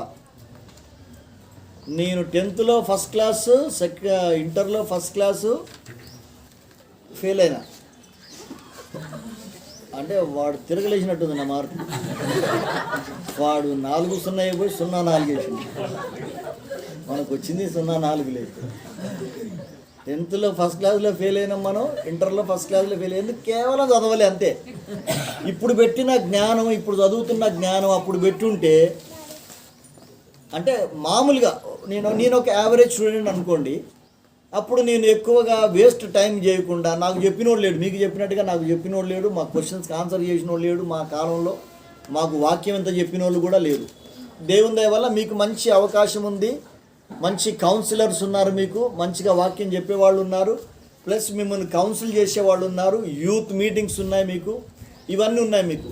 ఈ రోజుల్లో మేము మిమ్మల్ని ఎంకరేజ్ చేస్తున్నాం ఏంటంటే, మీరు చదివితే కొట్టగలరు. మీ తల్లిదండ్రులకి నోరు మూపించేది ఒకటే ఒక్క మార్గం ఏంటంటే మీ తల్లిదండ్రులు వేస్ట్ అనకుండా అరే మేము వేస్ట్ రా అనుకునేటట్టు నువ్వు చేయాలి. ఇది నీ చేతుల్లో ఉంది అన్నా. ఫేస్బుక్ వాట్సాప్ ఉన్నాయి, చదువుకోమంటారా? డిస్టర్బ్ అవుతుంటారు. అన్ఇన్స్టాల్ చేసుకో. దానికి మనం ఏం చెప్తాం మరి? అవి ఉన్నాయి, ఫేస్బుక్ ఉంది, వాట్సాప్ ఉంది, ట్విట్టర్లు ఉన్నాయి, అన్నీ ఉన్నాయి. దానికి ఏమైంది? అప్పట్లో మాకు కూడా చదువుకున్నట్టు ఎట్లయినా చదువుకోవచ్చు అన్న. అంతే. అంతే వాటితో ఇప్పుడు రావట్లేదా? చదువుకున్న వాళ్ళకి రావట్లేదా? ఉద్యోగాలు రావట్లేదా? పేదోళ్ళు ఉద్యోగాలు సంపాదించుకోలేదమ్మా. పేదోళ్ళు అన్నీ ఉన్నోడే చదవడు, కానీ పేదోళ్ళు ఎంతమంది లైట్ల కింద కూర్చొని చదివి ఉద్యోగాలు సంపాదించుకోవాలి ఉండరు. నీకేం పుట్టింది మరి? నువ్వు కూడా చదువుకోవచ్చు, సంపాదించుకోవచ్చు, నీ చేతిలో ఉంది. ఫేస్బుక్లో ఉన్నా, ట్విట్టర్లో ఉన్నా, ఇది ఉన్నా, దన్నా దాంట్లో దీంట్లో ముక్కు మూతి పెట్టకుండా నువ్వు చదువుకుంటే చదువు మీద కాన్సన్ట్రేట్ చేస్తే నీ జీవితం అదే అంటున్నా. నీ లైఫ్ టార్గెట్ నువ్వు గుర్తుపెట్టుకొని నీ లైఫ్ మేనేజ్మెంట్ నువ్వు చేసుకొని నీ టైం మేనేజ్మెంట్ నువ్వు చేసుకుంటే డెఫినెట్గా ఇవన్నీ కొట్టగలుగుతావు. నీ జీవితం మలుపు తిరుగుతుంది. ఆ తర్వాత రేపటి రోజున అడుక్కో తినే జాబో లేకపోతే ప్యూన్ జాబో ఇలాంటివి కాకుండా కొద్దిగా మంచి జాబ్ కొట్టుకోవడానికి నీకు అవకాశం ఉంటుంది. ఉద్యోగాలు లేవు, ఉద్యోగాలు రావట్లేదు, ఇవన్నీ కల్లుబొల్లి కబుర్లు. డెఫినెట్గా ఉద్యోగాలు వస్తాయి. నీకు తగిన ఉద్యోగం. చాలా డిపార్ట్మెంట్స్ ఉన్నాయి. అందరూ ఇంజనీర్లు కావాలని చూస్తున్నారు, అందరూ డాక్టర్లు కావాలని చూస్తున్నారు. అది పొరపాటు. ఫిషరీస్ ఉన్నాయి, ఫుడ్ డిపార్ట్మెంట్ ఉంది, ఇంకోటి ఉంది. చాలా టెక్నాలజీస్ ఉన్నాయి. నువ్వు ఇంటర్మీడియట్ కాగానే సైడ్ ట్రాక్ పట్టేసి వేరే దానికి వెళ్ళిపోయి ఒక డిప్లొమా చేసుకొని దాంట్లో దూరిపోయావంటే ఆటోమేటిక్గా తొందరగా నువ్వు జాబ్ కూడా కొట్టేస్తావు. ఈజీ అవుతుంది ఆ పని. ఆయా సందర్భాల్లో కావాలంటే మీకు కెరియర్ ఒకసారి కౌన్సిలింగ్ ఏదన్నా ఇవ్వాలంటే టైం తీసుకుందాం ఒకరోజు. We will help you out in that. ఎలా మీరు డిజైన్ చేసుకోవాలి, ఏ కోర్సులు ఉన్నాయి ఏంటి. చరణ్ ఉన్నాడు, ఆ చరణ్ కూడా can help you because he worked as a lecturer. కాబట్టి ఏ మార్గాలు ఉన్నాయి, ఏ దారులు ఉన్నాయి. ఒక రోజంతా బైబిల్ తీసుకొని రాబాకండి చర్చికి. ఆ రోజు కేవలం దీని మీద కూర్చోండి, నోట్బుక్ తెచ్చుకోండి. అన్న ఇటు పోదామన్నా మీరు చెప్పండి, అన్న చెప్తాడు. అరే ఇట్లా పోతే అట్లా పోతే, ఇది పోతే అది పోతే అని ఒక డిజైన్ చేసుకోండి. చాలా డిపార్ట్మెంట్స్ ఉన్నాయి. త్వరగా మళ్ళీ డిగ్రీలకు పోయి మళ్ళీ బీటెక్లు చేసి, ఎంటెక్లు చేసి, మళ్ళీ ఎంబీఏలు చేసి, వీటన్నిటికంటే ఇంటర్మీడియట్ కాగానే ఏదో దూరిపోయి జంప్ అయి చేసుకోండి. లేదంటే బైక్ మెకానిక్ చేసుకోండి, బెస్ట్. బండ్లు పుట్లా నమ్మినట్టు అమ్ముతున్నారు బండ్లు. అంతకంటే మొబైల్ మెకానిక్స్ ఇంకా ఎక్కువ డిమాండ్ ఉందంటే లెవెల్కి ఇంకో జాబ్ చెప్పింది. తొందరగా డబ్బులు సంపాదించుకునే వారం చూసుకోండి. లైఫ్ తొందరగా సెటిల్ అయిపోద్ది. కాబట్టి దేనికి ప్రిస్టేజ్ ఫీల్ కావద్దు. So please learn dignity of labour. అది గుర్తుపెట్టుకోండి. నేను చదువుకునే రోజుల్లో నా ఫీజులు నేనే కట్టుకున్నా. నేను చేసిన డ్యూటీ ఏంటో తెలుసా? క్లాస్ రూమ్లు 5 క్లాస్ రూమ్లు ఉండేవి. ప్రతిరోజు ఆ క్లాస్ రూములు నేను ఊడవాలి. ఆ ఊడ్చినందుకు నాకు రోజుకు 2 రూపాయలు ఇస్తారు. రోజుకు 2 రూపాయలు అంటే నెలకి నాకు 30 రోజులు 3 × 30 × 2 60 రూపాయలు వస్తాయి నాకు.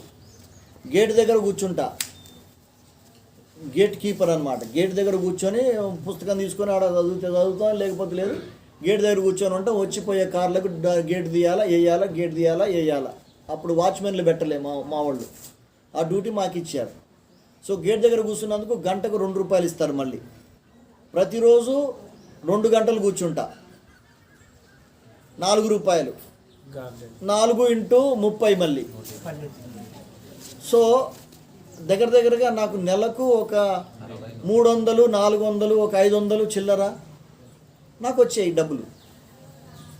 నెలకు వచ్చిన ఆ డబ్బులన్నీ నేను నా ఫీజులు కట్టుకున్నా. మా ఫాదర్ని మా మదర్ని నేను ఎప్పుడు అడగలే. నాకు అప్పుడే డబ్బు విలువ తెలిసిపోయింది. ఇక ఒక 2 గంటలు నేను పని చేస్తే గేట్ కాడ కూర్చుంటే నాకు 2 రూపాయలు ఇచ్చారు వాళ్ళు. ఈ 2 రూపాయల వాల్యూ ఏంటో నాకు తెలుసు ఇప్పుడు. అందుకని 2 రూపాయలు కూడా బోనియా. మీకు అవి అర్థం కావట్లే ఇంకా, ఎందుకంటే మీరు సంపాదించట్లే కాబట్టి. మీ తల్లిదండ్రులు సంపాదిస్తారు కాబట్టి నువ్వు సంపాదించట్లే. ఇప్పుడు నేను అడుగుతున్నా, యవనస్తుడా యవనురాలా, ఇప్పుడు మీరు సంపాదించడం ప్రారంభం చేయండి. There are other ways to earn money.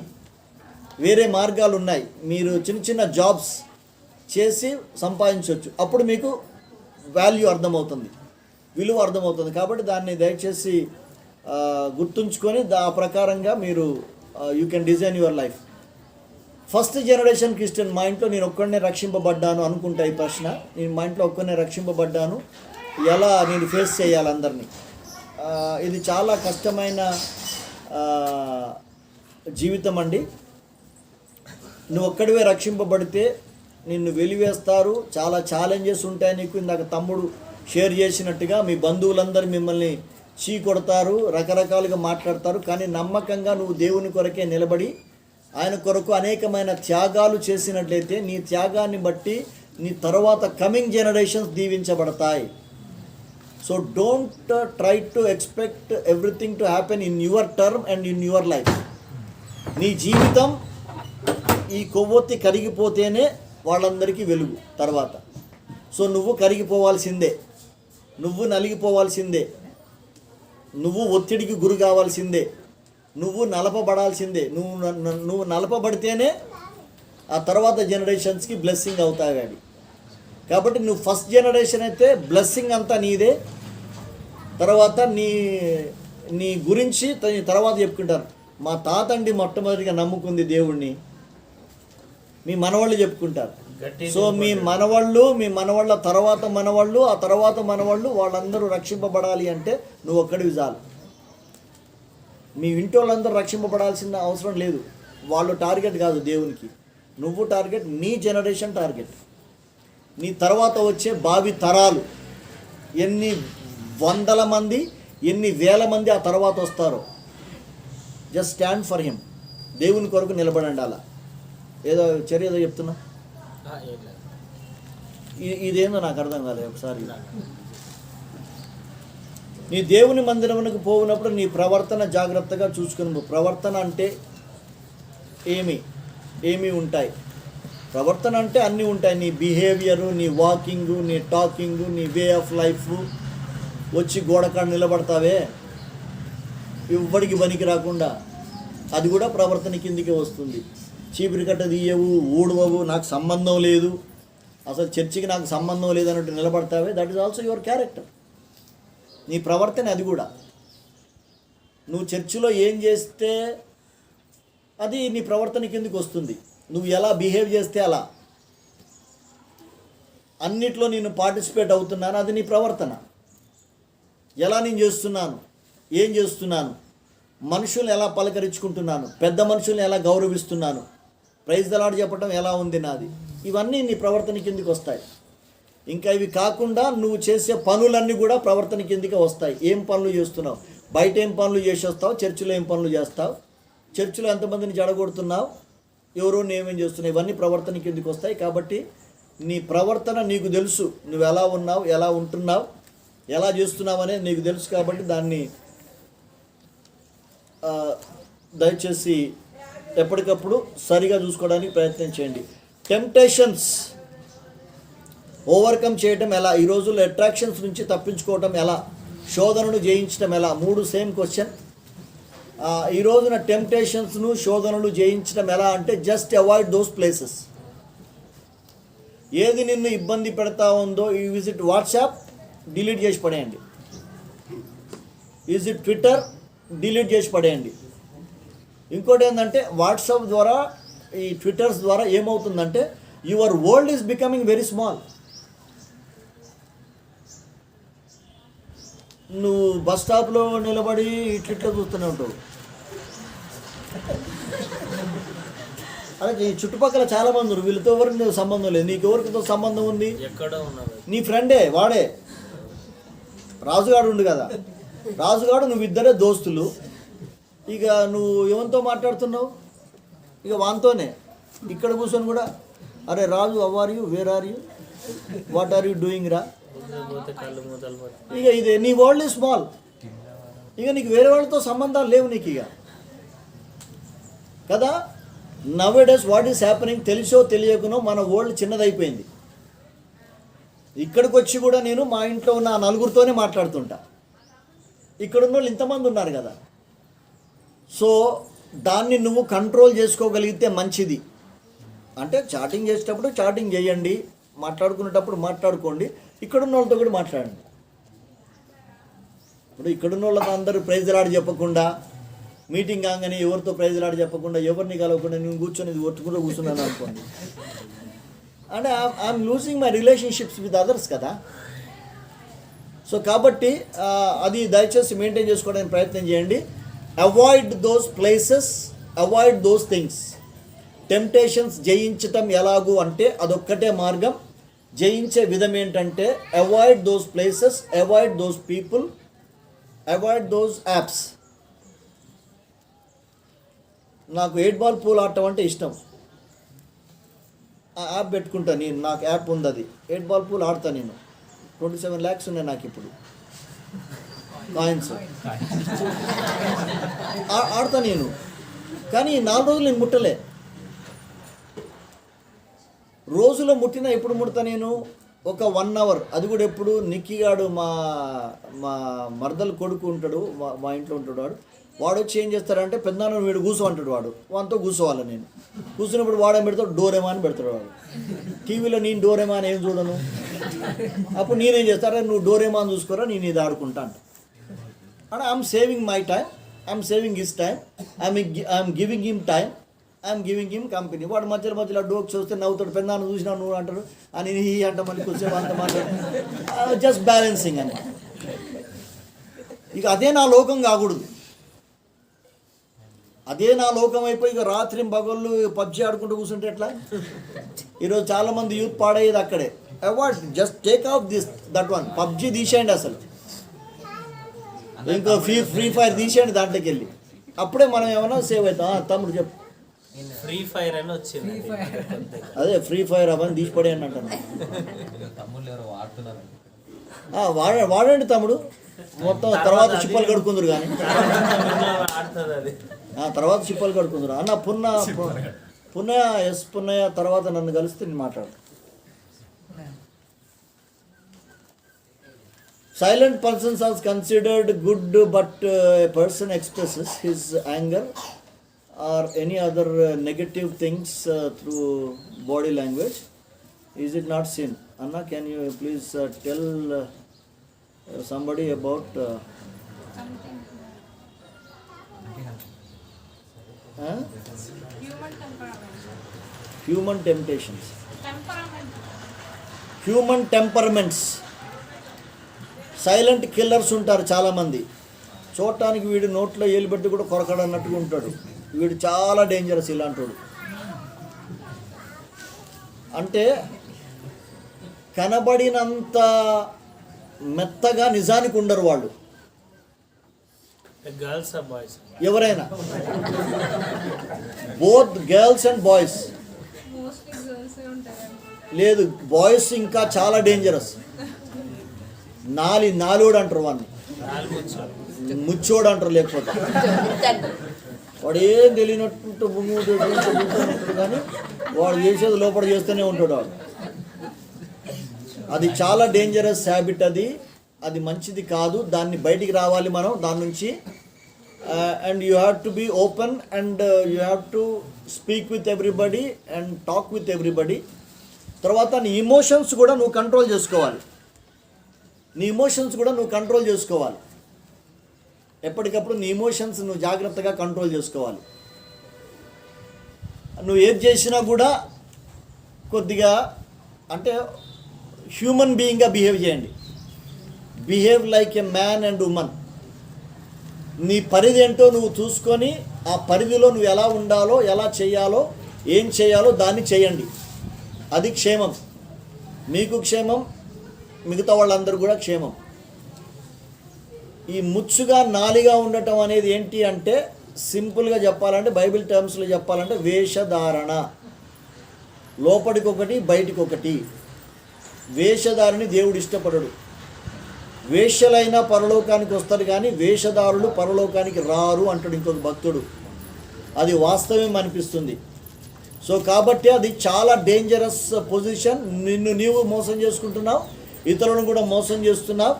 నీ మోసానికి కొన్ని కుటుంబాలు బలి అవుతున్నాయి. చాలా సిన్సియర్గా ఉండి ఏదో అన్నట్టుగా కనబడతారు, కానీ తర్వాత వారు చాలా ప్రాబ్లమాటిక్గా తయారవుతారు. అలాంటి వారి విషయం మనం చాలా జాగ్రత్తగా ఉండాలి. ఆ ప్రశ్నకు సమాధానం చెప్పాను అనుకుంటున్నాను, లేకపోతే మళ్ళీ మీరు నాతో మాట్లాడతాను నేను కావాలంటే. పురుషుని వలె ఉండి మధ్యలో స్త్రీలాగా మారిన ట్రాన్స్జెండర్ని సేవను క్రైస్తవ్యం ఒప్పుకుంటుందా, బైబిల్ ఒప్పుకుంటుందా? ట్రాన్స్జెండర్స్ అనే ఒక స్టిగ్మా ప్రస్తుతానికి ప్రపంచంలో ఉంది. చూడండి, బైబిల్ గ్రంథంలో దానియేలు, శద్రకు, మెషకు వీళ్ళందరూ ట్రాన్స్జెండర్సే. వాళ్ళని అలా చెయ్యబడ్డారు. వాళ్ళు రాజ్యం కొరకు, రాజ్యంలో ఏదన్నా మంచి పొజిషన్స్లో ఉంటే మంత్రిగానో లేకపోతే హై పొజిషన్స్లో ఫైనాన్షియల్ మినిస్టర్స్గా అలాంటి ఉన్నప్పుడు ఆ రోజుల్లో రాజులు ఏం చేసేవారంటే వారి భద్రత కొరకు, అంటే వారు రాణిని కానీ లేకపోతే మిగతా వారిని కానీ ఎవరైనా ట్రాప్ చేస్తారేమో అని అలాంటి దురుద్దేశాలతో, అని నిజానికి అలాంటివి ఏమి జరగవు, కానీ వాళ్ళు ముందు జాగ్రత్తగా చర్యగా ఏం చేస్తారంటే ఆ టాప్ అఫీషియల్స్ వాళ్ళ ఇంట్లోకి వచ్చిపోయే వాళ్ళందరినీ కూడా వాళ్ళు ఏం చేస్తారంటే మరి వాళ్ళు ట్రాన్స్జెండర్స్గా మారుస్తారు. అలాంటి వారి విషయం వేరు. కొంతమందికి హార్మోనియల్ ఇంబ్యాలెన్స్ వచ్చి స్వతహాగా వాళ్ళు ఆ విధంగా తయారవుతారు. కొంతమంది వాళ్ళు వేరు, అంటే అది బేసిక్ నేచర్ వాళ్ళది, వాళ్ళు వేరు. కానీ ఈ రోజుల్లో కొత్తగా ఏమొస్తుందంటే కావలసుకొని పోయి బాంబేకో ఎక్కడికో ఇక్కడికో పోయి కొంతమంది ఏం చేస్తున్నారు అంటే అలా మారి వస్తున్నారు. అలాంటిది బైబిల్ గ్రంథం ఒప్పుకోదు. చంద్రుడు ఎండిన మొద్దు అని నువ్వు అనుకొనవద్దు అంటాడు యెషయా గ్రంథంలో. So their ministry is there and they have their own churches these days. చాలామంది వాళ్ళ మధ్యలో పరిచర్య చేస్తూ ఉన్నారు. వాళ్ళకు ప్రత్యేకమైన సంఘాలు ఉన్నాయి. ఇప్పుడు ఒకవేళ మనం ఇట్లా అనుకుందాం, ట్రాన్స్జెండర్ మన మధ్యలోకి వచ్చాడు, ఎక్కడ కూర్చోబెట్టాలి ఆయన్ని? ఇప్పుడు ఆయన్ని అందామా, ఆమెను అందామా? అది ప్రాబ్లం అన్నమాట. చర్చిలోకి వై డూ ఓంట్ పర్మిట్ అంటే వాళ్ళని ఇబ్బంది పెట్టిన వాళ్ళ మనం అవుతాం, అందుకని వీ డోంట్ పర్మిట్ దెమ్. వాళ్ళకే సపరేట్గా మనం చర్చిలో ఖచ్చితంగా వాళ్ళని పిలిపించుకొని కావాలంటే వాళ్ళకి మీటింగ్ పెడదాం. వాళ్ళ వరకే. ప్రాబ్లం ఎక్కడొస్తుందంటే వాళ్ళు ఇటు కూర్చోవాలా? అది కొద్దిగా ప్రాక్టికల్ ప్రాబ్లమాటిక్ ఇష్యూ, అంతవరకు మాత్రమే. కానీ దేవుడు వాళ్ళను కూడా రక్షించుకుంటాడు. వాళ్ళలో కూడా రక్షణ ఉంది, వాళ్ళలో కూడా మారు మనసు ఉంది, వాళ్ళలో కూడా సేవకులు ఉన్నారు కొంతమంది ఈ రోజుల్లో. వాళ్ళు కూడా చర్చిలు నడిపిస్తున్నారు. ఎడ్వర్డ్ అన్న మీ అందరికీ బాగా తెలిసి ఉంటుంది, బాగా పరిచయం ఉంటుంది. కుంటం ఎడ్వర్డ్ విలియమ్స్ అన్నకు 4 చర్చిలు ఉన్నాయి. వాళ్ళ మధ్యలోనే అన్న పరిచయం చేస్తాడు. అన్న మినిస్ట్రీనే అది. పెద్ద స్పీకర్ అన్న, అందరికీ తెలుసు, మీ అందరికీ పరిచయం ఉండి ఉంటారు. కుంటం ఎడ్వర్డ్ విలియమ్స్ అని మీరు యూట్యూబ్లో సెర్చ్ చేసినా అన్న మెసేజెస్ దొరుకుతాయి. చాలా ఫ్రూట్ఫుల్ మెసేజెస్, మీరు అందరూ కూడా వినొచ్చు. I can support that and he is in this ministry.